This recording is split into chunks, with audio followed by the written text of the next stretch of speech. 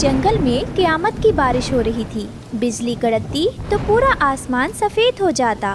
टुनटुनी चिड़िया अपने पति टुन्नू चिड़ा के साथ एक सूखे पत्ते के नीचे छिपने की कोशिश कर रही थी। टुन्नू जी, मुझे डर लग रहा है।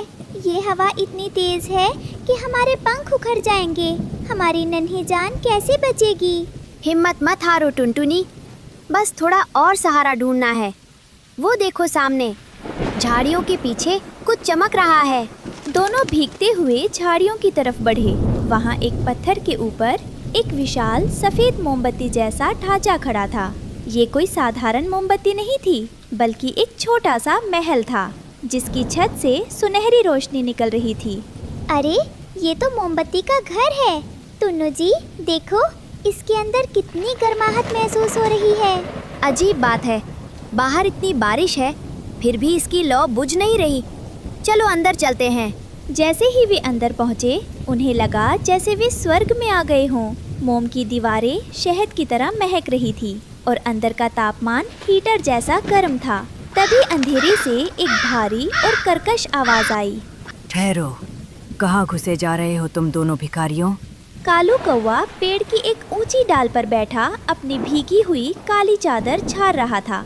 उसकी आंखों में लालच साफ दिख रहा था। कालू भाई, बाहर तूफान है, हमें बस सर छिपाने की जगह चाहिए। ये घर खाली पड़ा था। खाली था तो क्या, मेरा बाप छोड़ गया था। ये जादुई मोमबत्ती महल अब मेरा है। तुम जैसे छोटे परिंदों की औकात नहीं यहाँ रहने की। चलो निकलो बाहर। कालू भाई, रहम करो, मैं बीमार हूँ। ठंड से मेरे पैर कांप रहे हैं। ये घर बहुत बड़ा है, हम एक कोने में सो जाएंगे। कोना वोना कुछ नहीं, मुझे यहाँ अपनी गोरी कौवी के साथ रहना है। अगर तुम अभी नहीं निकले तो मैं अपनी चोंच से तुम्हारे पंख नोच लूँगा। कालू ने टुन्नू को धक्का देकर बाहर बारिश में गिरा दिया। टुनटुनी रोने लगी। ये नाइंसाफी है, तुमने इसे नहीं बनाया, फिर तुम मालिक कैसे बन गए? जंगल का कानून ताकतवर के लिए होता है, कमजोर के लिए नहीं। भागो यहाँ से। जो इस घर का स्वामी बनना चाहता है, उसे एक परीक्षा देनी होगी। इस घर की दीवारें तभी ठंडी रहेंगी जब यहाँ रहने वाले का दिल साफ होगा। जिसके दिल में नफरत होगी, उसके लिए ये मोम पिघलने लगेगा। अरे, ये क्या डरा रही है? मेरा दिल तो एकदम साफ है। टुनटुनी, तू बाहर जा और भीग। कालू झपट कर अंदर घुस गया और बीचों बीच बैठ गया। लेकिन तभी चमत्कार हुआ। जैसे ही कालू के गंदे और लालची विचार मोमबत्ती के संपर्क में आए, दीवारें खौलने लगीं। ये क्या है? फर्श इतना गर्म क्यों हो रहा है? मेरी पूंछ जल रही है। बचाओ! देखा कालू भाई, जादुई घर को पता है कि तुम चोर हो। चुप कर, मैं इसे बुझा दूंगा। न रहेगा घर, न तुम यहाँ रहोगे। कालू ने अपनी चोंच में पास के गड्ढे से कीचड़ भरा पानी लिया और मोमबत्ती की लौ पर डालने लगा। नहीं कालू, ऐसा मत करो। ये रोशनी बुझ गई तो जंगल में अंधेरा हो जाएगा। मुझे नहीं मिला तो किसी को नहीं मिलेगा। जैसे ही कालू पानी डालने बढ़ा, मोमबत्ती की दीवारें ऊंची हो गईं और उसे चारों तरफ से घेर लिया। कालू डर के मारे काँव काँव करने लगा। बचाओ रानो, टुन्नू, मुझे बचाओ, मैं पिघलते मोम में फंस गया हूँ। टुनटुनी, हमें इसकी मदद करनी चाहिए। भले ही ये बुरा है, पर हम इसे मरने नहीं दे सकते। टुनटुनी ने अपनी छोटी सी चोंच से मोम की एक पतली दीवार को कुरेदा और कालू को बाहर निकलने का रास्ता दिया। कालू बुरी तरह जल चुका था और डर से कांप रहा था। तुमने मुझे क्यों बचाया? मैं तो तुम्हारा घर छीन रहा था। क्योंकि घर ईंटों या मोम से नहीं, दया से बनता है कालू भाई। आप यहाँ रह सकते हैं, लेकिन मालिक बनकर नहीं, एक मेहमान बनकर। कालू का सिर शर्म से झुक गया। उसने अपनी हार मान ली। मुझे माफ कर दो, मैं इस रोशनी के लायक नहीं हूँ। तुम दोनों ही इस जादुई घर के असली रक्षक हो। बारिश रुक चुकी थी। सूरज की पहली किरण ने मोमबत्ती के घर को छुआ, जिससे वह किसी हीरे की तरह चमक उठा। देखो टुनटुनी, अब ये घर नहीं पिघल रहा। दीवारें कितनी शीतल है। हाँ टुन्नू जी, और देखो, मोमबत्ती के चारों तरफ छोटे छोटे फूलों के बिछावन उगाए हैं। तभी वहां से काका कबूतर गुजरे। अरे वाह टुनटुनी, सुना है तुमने कालू कौवे को भी पनाह दी है। तुम तो बहुत महान हो। काका, ये घर जादुई है। यहाँ वही रह सकता है जो दूसरों का दुख समझे। आज से इस मोमबत्ती महल में हर उस पक्षी का स्वागत है जिसका घर बारिश में टूट गया है। सही कहा। अब हम भूखे प्यासे और बेघर नहीं रहेंगे। मेहनत और दया का घर हमेशा जगमगाता रहता है। उस दिन के बाद से वह मोमबत्ती का घर जंगल का शांति केंद्र बन गया। रात के अंधेरे में जब पूरा जंगल सो जाता, तब उस घर की सुनहरी लौ दूर दूर तक रास्ता दिखाती थी। शाम ढल रही थी और मोमबत्ती का घर अपनी सुनहरी आभा बिखेर रहा था। तभी आसमान से एक दिव्य रोशनी नीचे उतरी और साक्षात वन देवी मोमबत्ती की लौ के बीच प्रकट हुई। जंगल के सभी पक्षी, जिनमें अब सुधरा हुआ कालू कौवा भी शामिल था, श्रद्धा से झुक गए। टुनटुनी, टुन्नू, तुम दोनों ने न केवल इस घर की रक्षा की, बल्कि उस शत्रु को भी प्रेम दिया जिसने तुम्हें चोट पहुंचाई थी। तुम्हारी इस करुणा ने इस जादुई घर की शक्ति को अमर कर दिया है। देवी, हमने तो बस वही किया जो हमारा दिल कह रहा था। किसी प्यासे को पानी और बेघर को छत देना ही तो सबसे बड़ा धर्म है। तुम्हारी इसी सोच के कारण मैं आज इस घर को एक वरदान देती हूँ। अब ये मोमबत्ती कभी नहीं बुझेगी और ना ही कभी पिघलेगी। इसके अंदर से निकलने वाली सुगंध पूरे जंगल के पक्षियों के रोगों को दूर करेगी। और कालू डरते हुए आगे आया। कालू, तुमने पछतावा किया है, इसलिए तुम्हें इस घर का द्वारपाल नियुक्त किया जाता है। अब तुम अपनी ताकत का इस्तेमाल किसी को डराने में नहीं, बल्कि इस घर की मर्यादा बनाए रखने में करोगे। देवी, मैं वादा करता हूँ, अब मेरी चोंच किसी का घोंसला नहीं उजाड़ेगी, बल्कि राह भटके परिंदों को इस रोशनी तक पहुँचाएगी। जैसे ही देवी अंतर्ध्यान हुई, पूरा मोमबत्ती महल नीली और सुनहरी रोशनी से नहा गया। टुनटुनी और टुन्नू अब अकेले नहीं थे, बल्कि पूरा जंगल उनका परिवार बन चुका था। वह जादुई घर अब केवल एक पनाह नहीं, बल्कि जंगल की एकता का सबसे चमकता हुआ सितारा था। इस कहानी से हमें सीख मिलती है कि ताकत से आप घर छीन सकते हैं, लेकिन उस घर की खुशियाँ और आशीर्वाद केवल अच्छे कर्मों से ही मिलते हैं।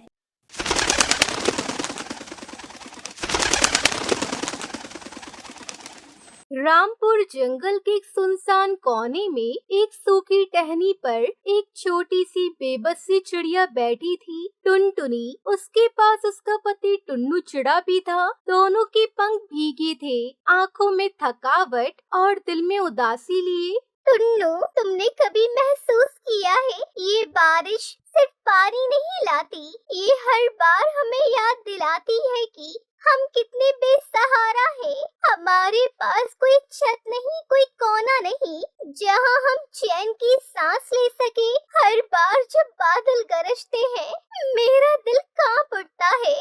सोचती हूँ इस बार किस डाल के नीचे सोऊंगी, और क्या इस बार मेरे पंख बच पाएंगे या गल जाएंगे सर्दी में। मैं जानता हूँ टुनटुनी, मैंने कई पेड़ देखे, लेकिन हर जगह खतरा ही मिला।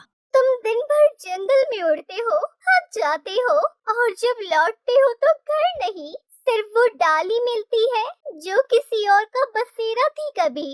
क्या ये हमारा भाग्य है टुन्नू? क्या एक छोटी सी उम्मीद भी बहुत बड़ी मांग है? सिर्फ इतना चाहती हूँ कि एक दिन हम भी आंखें बंद करके सो सके, बिना डर के, बिना चिंता के। जब वो उस दुख की बातों में डूबे थे, तभी झाड़ियों में सरसराहट हुई। एक बूढ़ा सफेद उल्लू बाबा प्रकट हुआ। उसकी आंखें चमक रही थी, चाल धीमी मगर भरोसेमंद। मैंने तुम्हारे मन की पुकार सुनी है। तुम्हारी हर सांस में दर्द की गर्मी थी और मुझे लगा अब समय आ गया है। बाबा, क्या आपने सच में हमारी बात सुनी? कोई सुन भी सकता है जंगल की सबसे कमजोर चिड़िया की आवाज। हमने तो कभी उम्मीद नहीं की थी कोई आएगा हमारी आवाज सुनने के लिए भी वक्त निकालना। ये तो जैसे कोई चमत्कार लगता है। ये लो चिड़िया बेटा, ये गुलाब साधारण नहीं है। इसे जमीन में लगाओ और सूरज की पहली किरण का इंतजार करो। ये तुम्हारे दुखों का उत्तर है। बाबा, आप नहीं जानते ये गुलाब हमारे लिए क्या है। ये सिर्फ एक फूल नहीं, ये हमारी उम्मीद है, हमारी थकी हुई रातों का जवाब है, हमारे टूटे सपनों का रंग है। मैं इसे ऐसे पकड़ रही हूँ जैसे कोई माँ अपने नवजात को। आप हमारे लिए भगवान से भी बढ़कर है बाबा। अगली सुबह सूरज की पहली किरण उस गुलाब पर पड़ी और फिर गुलाब की पंखुड़ियां फैलने लगी। उसकी जड़ें फैलकर जमीन में समा गईं और कुछ ही पलों में वहां उगाया एक जादुई गुलाब का घर, जिसे देखकर टुनटुनी और उसका पति टुन्नू चिड़ा हैरान थे। हे भगवान, ये क्या हो रहा है टुन्नू? ये तो ठीक वैसा ही है जैसा मैं रातों को सोते सोते सोचती थी। गुलाबी पर्दे, फूलों की दीवारें, खिड़कियाँ जो पंखुड़ियों जैसी मुलायम है।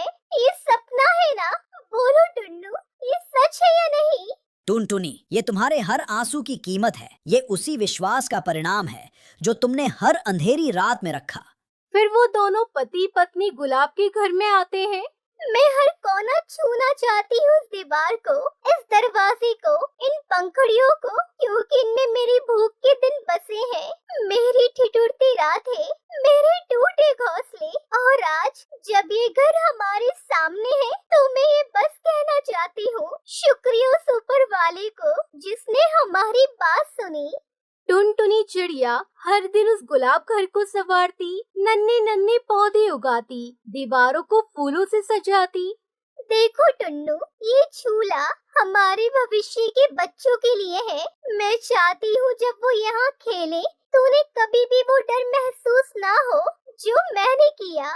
मैं चाहती हूँ कि उनका हर दिन गुलाब की महक में बीते और हर रात इस घर की नरम छत के नीचे।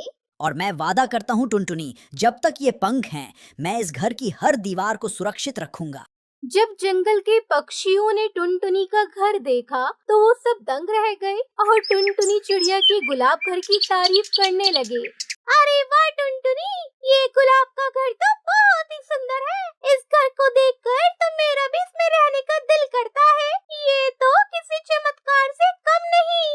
दोस्तों, ये घर कोई चमत्कार नहीं, ये हमारे टूटे हुए सपनों का परिणाम है। और अगर तुम सब भी दिल से विश्वास रखो तो हर किसी को उसकी छत मिल सकती है। मैं चाहती हूँ ये घर सिर्फ हमारा नहीं, उन सबका हो जो बेघर है। आइए मिलकर इस गुलाब घर को एक प्यार का गुलाब घर बनाएं। एक दिन टुनटुनी और टुन्नू चिड़ा गुलाब घर के आंगन में बैठकर सूरज को ढलता हुआ देख रहे थे। टुन्नू, जब मैं इस पुरानी डाल पर बैठी रोती थी तो सोचती थी कि क्या कोई दिन ऐसा आएगा जब मैं मुस्कुरा सकूंगी। आज इस गुलाब के घर में बैठकर मुझे लगता है दुख कभी खाली नहीं जाता, वो कुछ सिखा कर ही जाता है। और अब जब कोई छोटा पक्षी गिरे तो हम उसे यही कहेंगे, उठो गुलाब की तरह फिर से खिलो। फिर वो दोनों पति पत्नी खुशी खुशी अपने गुलाब के घर में रहने लगते हैं।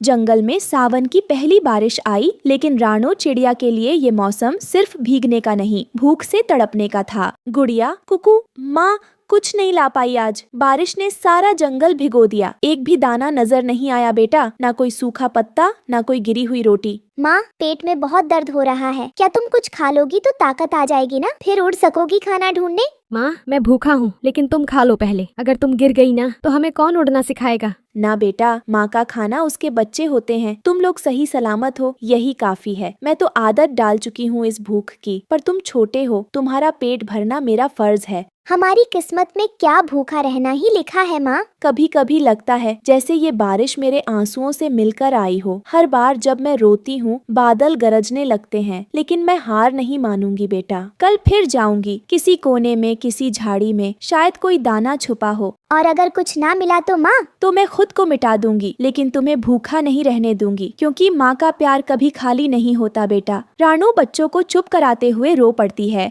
देख गौरी, रानू के बच्चे भूखे बैठे हैं और ये बारिश में भीख मांग रही होगी कहीं। उसका तो घर भी ढंग का नहीं। कैसी माँ है जो अपने बच्चों को खाना नहीं खिला सकती। रानू दूर से सुन लेती है। उसकी आंखों में आंसू भर आते हैं। काश इन बारिश की बूंदों में कुछ दाने गिर जाते तो मैं अपने बच्चों को खिला पाती। हर दिन बारिश तेज होती जा रही थी और रानू ने कुछ पुराने पत्तों से एक छोटा सा छप्पर बना दिया। माँ, अब हम भीगेंगे नहीं। ये घर तो बहुत बड़ा लगता है। क्या ये पक्के पत्ते हैं? हाँ बेटा, ये पत्ते नहीं, जादुई दीवारें हैं जो बारिश से भी लड़ सकती हैं। अब न हवा घुसेगी न ठंड लगेगी। माँ, इसमें तो दरवाजा भी है और देखो ये जो पत्ता है ये खिड़की है ना? हाँ बेटा, ये हमारा महल है। तुम दोनों राजकुमार और राजकुमारी हो। माँ, क्या इस घर में खाना भी आएगा, जैसे बबली दीदी के घर में हर दिन रोटी होती है? हाँ बेटा, अगर भगवान ने चाहा। भगवान, तूने ये छोटा घर दिया है, अब थोड़ा खाना भी दे देना, वरना ये मुस्कानें भी पिघल जाएंगी। रानो, ये क्या हाल बना लिया है बहन? तुम जमीन पर क्यों बैठी हो? और तुम्हारे पंख इतने भीगे हुए, बच्चे कहाँ हैं? भाई, 2 दिन हो गए, ना कुछ खाया ना कुछ पाया। बच्चे घोंसले में हैं, भीगे हुए, भूखे कांप रहे हैं। मैं निकली थी उनके लिए, मगर सिर्फ बारिश मिली और कांपती हवा। मिट्ठू का दिल भर आता है। वह पास आकर रानो को सहारा देता है। रानो, तुझे क्या लगा? तू अकेली है इस जंगल में? हम सब यहाँ एक दूसरे के लिए हैं। चल मेरे घर चल, थोड़ा बाजरा रखा है, सूखी जगह भी है, बच्चों को भी बुला लेती। नहीं मिट्ठू, आदत नहीं है किसी का एहसान लेने की। बचपन से खुद ही लड़ती रही हूँ। कभी पत्तों से छत बनाई, कभी आंसुओं से चूल्हा जलाया, मगर हाथ फैलाना ये मुझसे नहीं होता भाई। ये एहसान नहीं है रानो, ये दोस्ती है। ये वो रिश्ता है जो भूख से बड़ा होता है। क्या तूने कभी बच्चों से कहा कि माँ की रोटी खा रहे हो? एहसान समझो। नहीं ना, तो फिर मेरे दाने क्यों बोझ लगते हैं? तू समझता है मिट्ठू, पर दुनिया नहीं समझती। कालू गोरी सब ताना देंगे। देखो रानो, अब दानों के लिए भीख मांग रही है। कालू और बबली जैसे पंछी जंगल की आत्मा नहीं, उसकी छाया है। असली रोशनी तो तू है रानो, जिसने अपने पंखों से बच्चों की भूख छुपाई है। चल, आज नहीं तो कल सब तेरी सच्चाई को पहचानेंगे, पर पहले तू चल, अपने लिए नहीं, अपने बच्चों के लिए। रानो की आंखों से आंसू निकलते हैं। वह मिट्ठू की तरफ देखती है, धीरे से सिर हिलाती है। लो भाई, बच्चों के लिए कभी कभी झुकना पड़ता है, ताकत बचाने के लिए। भैया, माँ को बहुत देर हो गई, वापस नहीं आई। शायद इस बार भी खाने को कुछ नहीं मिला होगा। शायद, पर माँ आएगी, जरूर आएगी। वो कभी हमें अकेला नहीं छोड़ती। भैया, पेट में बहुत दर्द हो रहा है। माँ को बोलना अगर मैं सो जाऊँ और न उठूँ तो नाराज न हो। ऐसा मत बोल गुड़िया, माँ सब ठीक कर देगी। वो हमारे लिए कुछ न कुछ लाएगी, वो झूठ नहीं बोलती। तभी पंख फड़फड़ाते हुए रानो लौटती है। बहुत थकी और गीली है। बच्चों, माँ आ गई। माँ, तुम आ गई, क्या कुछ खाने को? रानो चुप हो जाती है। उसकी आंखों से आंसू टपकते हैं। बस थोड़ा पानी लाई हूँ, पी लो बेटा। प्यास भी भूख से लड़ती है कभी कभी। वो अपने पंखों से बच्चों को ढक लेती है। माँ, अगर हम मर जाएं तो क्या भूख भी साथ मरेगी? ना बेटा, मेरी आंखों के सामने तुम कुछ नहीं हो सकते। मैं हर दाने से लड़ूंगी, हर तूफान से भिड़ जाऊंगी, पर तुम्हें भूख से हारने नहीं दूंगी। जंगल में पंचायत होती है, जहाँ बहुत सारे पक्षी शामिल होते हैं। आज रानो के बच्चों ने कुछ नहीं खाया। क्या हम इतने पत्थर दिल हो गए हैं? हर किसी की किस्मत नहीं होती अमीर बनने की, पर हम सब कुछ न कुछ दे सकते हैं। थोड़ा सा बाजरा, थोड़ा सा प्यार। पंछी एक दूसरे की तरफ देखकर सहमति में सिर हिलाते हैं। अगली सुबह बारिश थमी और रानो के घोंसले के पास छोटी छोटी दानों की थालियां रखी थीं। बाजरा, चावल, मकई। माँ देखो, खाना। क्या ये सपना है? नहीं, ये जंगल वालों का प्यार है। आज भूख हारी, इंसानियत जीती। रानो अपने बच्चों के साथ उड़ रही थी। भूख ने रानो को तोड़ा, मगर उसके प्यार और माँ के जज्बे ने उसे फिर से आसमान तक पहुँचाया। अब बारिश भी डर नहीं देती, जब साथ है अपनों का प्यार। इस कहानी से ये सीख मिलती है, सिर्फ बारिश नहीं, सबसे भारी होता है एक माँ की भूख। लेकिन अगर समाज साथ दे तो हर रानो चिड़िया उड़ सकती है।